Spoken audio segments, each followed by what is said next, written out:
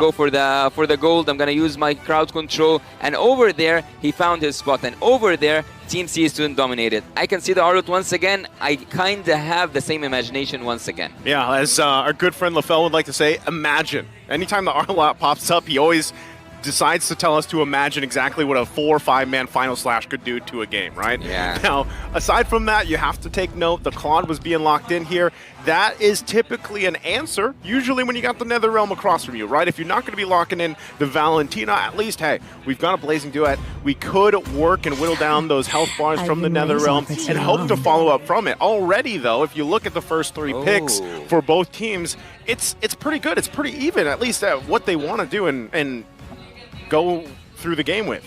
But having the carry ban here, does that kind of make you feel, guys, that you will see more tanky heroes upcoming from Team ONIC, or they are just afraid of a carry pick from CSUN? No, absolutely. I think that ONIC kind of design what they want to approach. They're being very, very honest in the draft here, especially with the types of bans that they're coming out with, right? Again, the fact that they are locking in the Claude, yes, it's great against the Farmist, but it's also a pretty decent counter to Novaria as well to have that backline access. So therefore, killing 2 birds with 1 stone. You want to find these overlaps, which Coach Yeb in particular is really good at doing. He's got that type of foresight.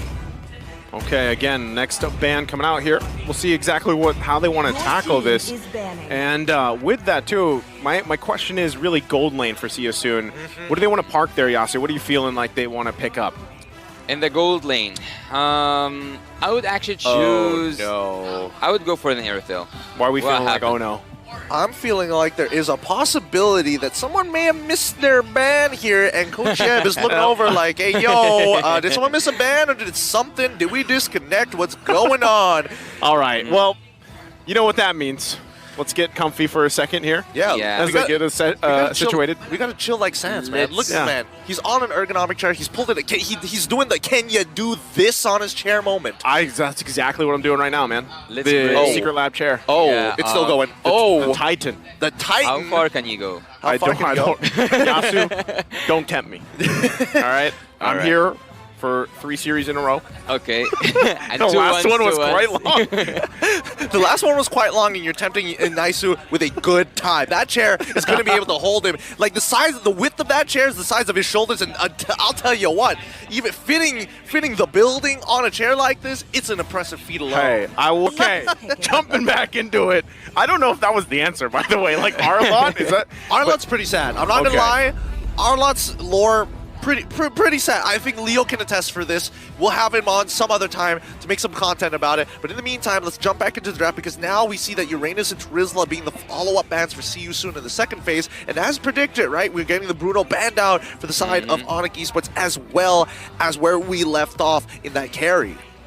Looking at Coach Yeb, actually, I wonder. I can't help but to wonder. Oh, nice Kaja here. It will actually work really good with the Kaja, with the pickup hero. But I will go back to my point. Coach Yeb, he banned 3 junglers at the first phase of drafting. He took the Guinevere, so I kind of think that he led Coach Catgut to go for the March, or at least he wanted to take a lot of his arsenal. Maybe there was a Fredgen as well, so he didn't have that much of a choice. Sand rises. Sand rises. Okay, this is interesting. Yeah. How are we feeling about the Khalid here, Yasu? It locked in to round out ONIC's lineup. Look, it will work really good with the Minotaur especially, because you need the area crowd control also to reach the backlines, and Khalid can be one of those who can reach the backline without even suffering from the crowd control itself.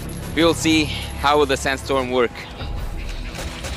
Okay, I mean, with that being said, I have a lot of thoughts as we get into this game, because the way that I see it, backline access is going to be one thing, but also the fact that siege-wise, it's going to be difficult for CU Soon to really approach the fight to begin with. A lot of AoE crowd control, and if CU Soon make that first move, ONIC's clapback is going to be way more dangerous. A really tricky idea here from my side. I would say Kaja, take the miniature out, everything from there will be easy.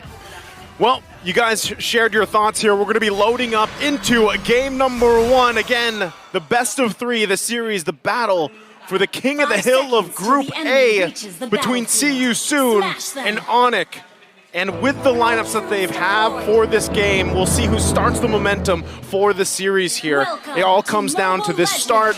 from what we've seen from See You Soon, mostly. Whoa, hold on, Ra. He's walked up too far, and that might just be first blood. No, he survives. Okay, Boots doing a really good job, especially at level 1, really abusing the Sand Tornado to make sure that he is just absolutely gnarly in this matchup, because he knows even if he gets chunked out at the very least, as soon as he hits level 2, he's just going to top himself back up. Okay, as I was doing all that, I was getting a little worried, because I'm like, See You Soon has started off momentum usually. And then they almost got taken out, but even Kosei, he's going to have to be careful here. He has Boxy with him, but, you know, relatively well when you look at the lineups here, and I want to take us through the emblems here. Yasu, can you, anything particular out here? Well, the thing is, we have seen Khalid during the whole M5 series going for a full, I would say a full. This time he have this one part of a tank emblem, but he goes always for a full damage with the assassin emblem. So far, this is what I expected from after seeing Boots pick up this Khalid, but I didn't definitely expect him to go aggressive at the first minute at the mid lane, not even on the top lane side. I mean, that's what you need to expect when you have a Khalid on your side, right? It's about map influence in the earlier stages of the game, where he is one of the strongest level 1s in the game thus far. I mean, then there's also Thamas, but then we have to start comparing the meta, and that's a little too much work to actually do right now. But let's focus on the simple facts, right? First, Kosei has Master Assassin as a Brody. That is not normal whatsoever. He is expecting CW to kind of be left on his own island. Yeah, and with the, I mean, look at what's happening already, right? The focus here, trying to at least get anything if they can, but first turtle being up, they're going to get a situated Felix, though. I mean, Felix is playing this well, right? It's important for Felix to actually trade against this Khalid alongside the wave so he can get multiple vengeances down to top off that health. But now here we go.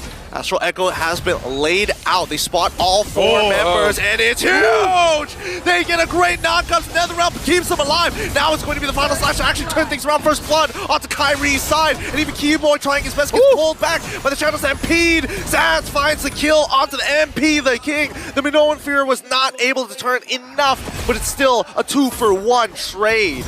Wow, this is the chaos that you can expect the Khalid to do when he have that Flicker ult, not to mention he also have Keyboy, but laning phase here, Kosei is having a good time playing against CW. For me, that was like a preview, right, of what that layering can look like when you have Keyboy with this Minotaur, you have the Minoan Fury, and then you have those Raging Sandstorms set up. So really, when you look at that, See You Soon, they got a preview of it. They have enough time to kind of adjust from that. Nice dodge there, nice reflex, the thumbs up as well. But really, when that happens, if they can avoid from that setup, right? Whether that's utilizing the final slash from Sorry on Felix and then play around that, disengage, or maybe it's even just utilizing the NetherRealm, that timing is going to be so important for See You Soon. So still battling it out here once again for this turtle. Now we see the Divine Judgment landing on towards Kyrie and instantly punishing him for walking up to the turtle side. I thought it was going to be an issue, but it looks like ONIC forgot about one simple factor. On the top lane side, all the action is happening. We have just seen Boxy the King. Oh, that was almost a steal. He uses a retribution even though he knows that carry is out. But again, I want to speak about something here, and that Kaja, this is something I didn't mention. Kaja is one of those heroes when you play a Minotaur you should be afraid from, because when you are raging out, he can cancel your ultimate, he can take you down and drag you to his teammates. Yeah. CW might be in some trouble here. He takes a bit of damage, gets chunked down below half, and Boxy the King, again, they need to start making sure that they keep timers on when Boxy the King actually uses that Divine Judgment. It's dangerous, but it's also a linchpin for See You Soon. Yeah, paying attention to that, the timing there. Oh, might initiate. Yep, they go with the Blazy Duet so far. NetherRealm has already been called out as the Astro Echoes calls the rest of the team. The final slash comes on through, allowing Sorry I'm Felix to get on, but Boots stops the rest of the follow-up with a Raging Sandstorm. They find a kill back with the help of Sands, and King goes down. Kyrie now with a spatial migration finds a double kill with the help of the Violent Requiem. That's going to be 4 down for nothing. Man, again, and it looks like it might go in the way of See You Soon, and then all of a sudden, smack comes ONIC. And it was overlaid really well, but still, it's not a huge lead for them. See You Soon can kind of recollect here, try to find their own timing, and right now, it's got to be Boxy. He's got to be able to find things up, but this might not be it right here. He's trying to Oh, wow. What's he trying I'm not to do? sure. I'm not sure what he's trying to do. Again, trying to bait something out here. Let's see if he lands it. Nope. Force the flicker out of there. Sans. He wanted that kill. He wanted that kill bad. Yeah. In the last team fight, crowd control speaks at its finest. We have seen a lot of crowd control being utilized from the side of ONIC team just to make See You Soon paralyzed on that top lane side. But again, CW, I said the opposite. I said that Kosei is having the best time of his life, but after CW got those 4 assists in the early game, I cannot imagine how will he do in the mid game. Yeah, that's tough, right? You got to kind of adjust from that, knowing that this is going to be a minor advantage for CW, at least in the gold lane. He's going to continue to farm up. So if you're See You Soon, once again, you want to be able to buy Kosei some time. You want to contest these, though, and that's what I like them doing here. But really, can they actually get a pick off? That's one of the biggest questions when you're utilizing this Kaja pick. Right now, they have the positioning on the turtle, though. And it looks like ONIC might actually just give it up. Kyrie's not even a part of this. So MP the King getting that second turtle. It's just too much effort, too much time, too much resources when Kyrie needs to start building up to his first and second items. I mean, at the end of the day, CW got a free tier 1 down bot side, and for what? For See You Soon to get a turtle, just a bit of EXP and a bonus turtle dragon buff? Like, it doesn't really do too much for them overall compared to ONIC, who's getting influence over the map. Well, seeing that bot lane turret has been destroyed right now by Team ONIC, I can imagine seeing Kerry in really good bushes. Well, they've already started things off. The final slash comes out towards Kyrie's side. I don't think Felix now getting punched, but here comes the Nether Realm for the counter engage. Retribution already being used, but sorry on Felix still trying to get on out. Sands almost getting it, but here comes the Raging Sandstorm flickering on towards Big side. It's too much damage. They pull back. Luckily, no members of ONIC go down. I could be wrong, but Sands finds another one, and Boxy the King, he doesn't miss a shot. Man, the polling back and forth and just kind of whittling things down against See You Soon was really well orchestrated there from ONIC, and now they're just continuing to put the pressure. Yeah, after are they taking it? Who took it? Who took it? Who took it? Oh, it's MB the King. Well, after seeing the Divine Judgment from the side of Team See You Soon there, I told you about it before it happens. Keyboy, once he triggers his ultimate, he's gonna be drugged down by Boxy the King. Oh, there's some recalls here. He's so confident right now. But I want to speak about something. Whenever Keyboy misses his ult, he have always boots to cover his back, and that's what we saw with this Raging Sandstorm coming in with a flicker from the side of Team ONIC team. Man, that's what is actually scary when you look at it all unfold, right? It's like a perfectly choreographed dance. You have Keyboy there holding on to the Minoan Fury. If he actually gets Divine Judgment, it's fine because you still have the Raging Sandstorm. You still have, spatial migration. There's so many possibilities to initiate a fight and pull back. That's what we see, right? Versus Keyboy, he pulls back if he has to flicker out. Then you have Boots coming in, and that's the problem for See You Soon right now, is kind of finding their way, navigating through all these entry points from ONIC. Right, and right now that might be just, again, time could be on their side. If they can stall some of this out, you still have to rely on Kosei. He is this Brody. Boxy, though, going to jump in. Oh, conceal. They critical 4, finds the Divine Judgment. Kyrie finds 3, and now the Violent Requiem going to chunk him out. NetherRealm keeps them alive for the time being, and Final Slash actually whiffing. This is not bad for the side of ONIC. They still have a majority of their ults still up. Kyrie positioned himself correctly in the next upcoming fight. He can take Brody out. He have a flicker and not a purify. So whenever Kyrie sees Kosei, he's just gonna have really good ideas. Here he goes. Oh man, sorry, Felix tries to spend, but Kyrie's going to be able to secure that lower to the back line. He's getting attacked so quickly, and now CW finds a double. Sans gets a mega one blazing duet to put him in the dirt. MP the King trying to run away. Sans not gonna let him go. Chunks him out. Oh, misses the shot. CW should get this, right? There we go. Secures the kill. The and double even Raw trying to Sans. You wouldn't. You wouldn't. He's taunting him underneath inhibitor turrets, and even Keyboy getting him back. They pull off, and here comes the Lord already spawned.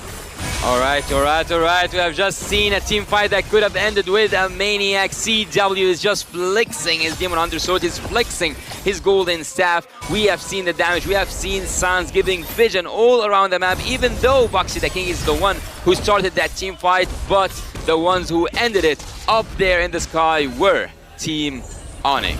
again, I'm going to go back to the fact that I was saying before all that unfolded. It's great if you have a Divine Judgment. You pull Keyboy, but then what? And that's where you saw the triple spatial migration, gets the Netherrealm out, and it collapses from there.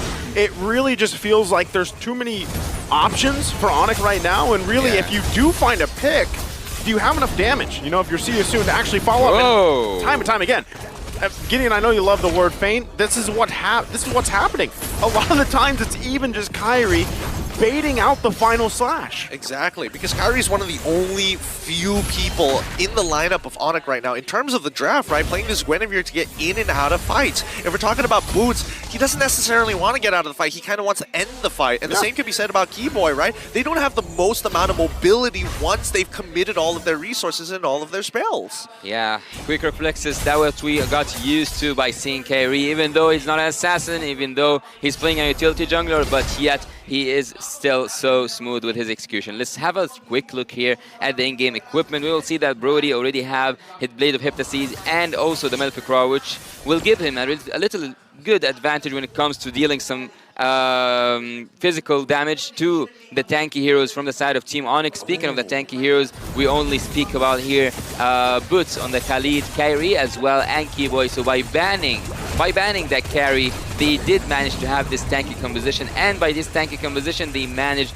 to torture, I would say, Team Sisu when it comes to the crowd control matter. You know, the more that I look at this, and I'm thinking, like, was the carry ban necessary, right? Especially based on the first 3 picks. And I think for the time being, I think Coach Eb had the foresight to see that maybe Siusu wanted to go for the traditional Kaja into carry pick, right? Because if we're looking at quote-unquote tanky heroes, it honestly is just Kairi as well as Keyboy. Boots is building full damage right now. And can we first talk about good guy Boots? The fact that he's level 13 to, sorry, I'm Felix, level 11. This man is so far ahead of the game, which is not normal for ONIC, who usually tell Boots, like, you just have to take it. Well, what I love also about the builds is that I see Kairi building half of the builds, the half of the Cursed Helmet, and also the half of Blade Armor. There's a Conceal. What are they aiming for? I mean, it's just cost efficiency, right? They're making their way top for Sans, who is going to do just that. Like, you know what I mean? Like, Novaria is probably not the play there, so they're going to go ahead and give up this Lord. Not really much they can do about it. So you're kind of wondering, like, is See You Soon, do they feel like they're in this position now where they're 9K behind and they just have to find anything they can, you know, at this point in the game? It's only 13 minutes in here, Yasu. The defense is possible, theoretically speaking, because you have the Paramis, you also have the Final Slash that can flip things around, but yet you don't have that wave clearance for Team See You Soon. Depending on just having a Brody to clear and to deal some damage to the minions, the Paramis, I wouldn't agree that much when it comes to clearance, so it's going to be a little bit hard to defend in the minutes 13 or 14 minutes in and having 10k gold, or being 10k gold behind from Team ONIC. The next engage, I would actually say chaos happening in the Land of Dawn. You have the Minotaur, you have also Khalid, and you have that Guinevere. Everyone will be just flying in the air at some point. Sans was looking for that, right? But not going to be able to get it. Here's the Lord, though, bottom side. Still shots being fired from afar. That's the hard thing for See You Soon to deal with right now in this siege on the base. So, bottom turret going to be taken out. ONIC still putting the pressure here. They might actually force a situation knowing that they have this kind of lead unless they take the discipline route and they just get the base fully exposed with this first push in. Yeah, I mean, just look at what they're doing right now. Like ONIC, they could have synchronized the waves, but they've decided the Luminous Lord is going to crack open the very first inhibitor turret, right? So the next thing we're going to do is start sieging you down. Like Sans, get as many shots as you want. Make them feel punished for sitting in their base. Really hurt them, and we don't have to commit anything. Just sweep through their jungle. Yeah, having the Blood Wings and also seeing the Melficraw comes for CW means that the damage will be more annoying on Team See You Soon, especially when it comes to Sans, because he's just dropping bombs from far away and dealing tremendous amount of damage to Kosei and especially also to Ra. Okay, so far so good though for See You Soon. They're holding it together despite getting siege from afar, shot after shot from Sans. But ultimately, they only lose the one turret, right? Given the fact that they're down 10,000 gold, that's not too bad. See You Soon, though, look at the damage dealt, right? I mean, at one point, where is that point for them to crawl back into this game? If they can stay in the base, defend as much as they can. Ultimately, it's going to lead to ONIC just taking another Lord, doing the same things until they are ready to actually force an initiation here. So that didn't happen with the first one that they went in with the Lord, but still, that's what's the future of CSUN, unless somehow, some way, they are actually able to pull something off. This is where I would like to say once again, and why I feel like LaFell likes to say this. Imagine if the Arlot, if Felix can actually get a final slash off that's going to help them win a fight. Now you're LaFell pilled. He is. I'm missing him. I'm missing LaFell. Look, we got to keep it based here. We got to keep it based here on the desk, right? The important thing is that ONIC, at the end of the day, even if they try to force a fight onto CSUN, it can be very awkward, especially when it's underneath their crystal, right? And that's why ONIC is purposely dragging this out. Hey, come on out. We're gonna call a technical. Not help but to remember seeing Sans having triple the damage dealt. Here we go. The chase has already started. The Lord falls into the hands of ONIC, and they find a pick on the Sorry I'm Felix, and that's where CSUN call it quits. They're like, okay, we're only willing to sacrifice Felix, and that's about it, because he's the most expendable, and he's the only one who's going to be able to kind of set this big play up for the rest of us. That 5-man dream not going to be there just yet. Yeah, I mean, even in that case, it's like, should we have even been in that side of the jungle for the Lord, right? Like, what would we do? What would we accomplish? Even if we had the vision there, would it have been better if CSUN just waited in the base? Yeah, you know, Sorry Felix is going to be up by the time the Lord makes it here. But, you know, things like that are just going to further set you back in what you're trying to do, crawl back into this game. At this point, now 12,000 gold behind at the 17-minute mark. This is where ONIC is going to force it, punch it in, and possibly end it here as the Lord makes its way into the base. Yep, they've lost all their inhibitor turrets here. This might be an endgame scenario, as now we see that CW, he's got to be careful, right? Even though he does have the BMI in a safe spot, he is nervous about Boxy the King. He could really turn this around for them. They can harass for as long as they want, but as long as there's that counter-engage ability from the side of CSUN, there's always the possibility. Kyrie is going to make the attempt. Keyboy starts things off, flickers in hard. The NetherRealm is going to protect him. Keyboy ends up losing his immortality, and now they're letting everything throw the kitchen sink as well. It's going to be the Sand Storm God that keeps Boots alive immediately after the after the ult. It's too nasty. They can't do much about it, and Sands has done enough to put them in the dirt. See you soon. Drop the game. A decisive win, game number 1 here for ONIC, under the 18-minute mark with a massive lead here. Very well executed. Very well executed indeed, and that's what we are talking about. Just a matter of a millisecond can make the difference. Team ONIC are now flying, and now they are the Sky Kings soaring beyond their limits. We just saw a perfect execution coming from the Minotaur, coming with the flicker ult. Keyboy does deserve that S and S+ tier.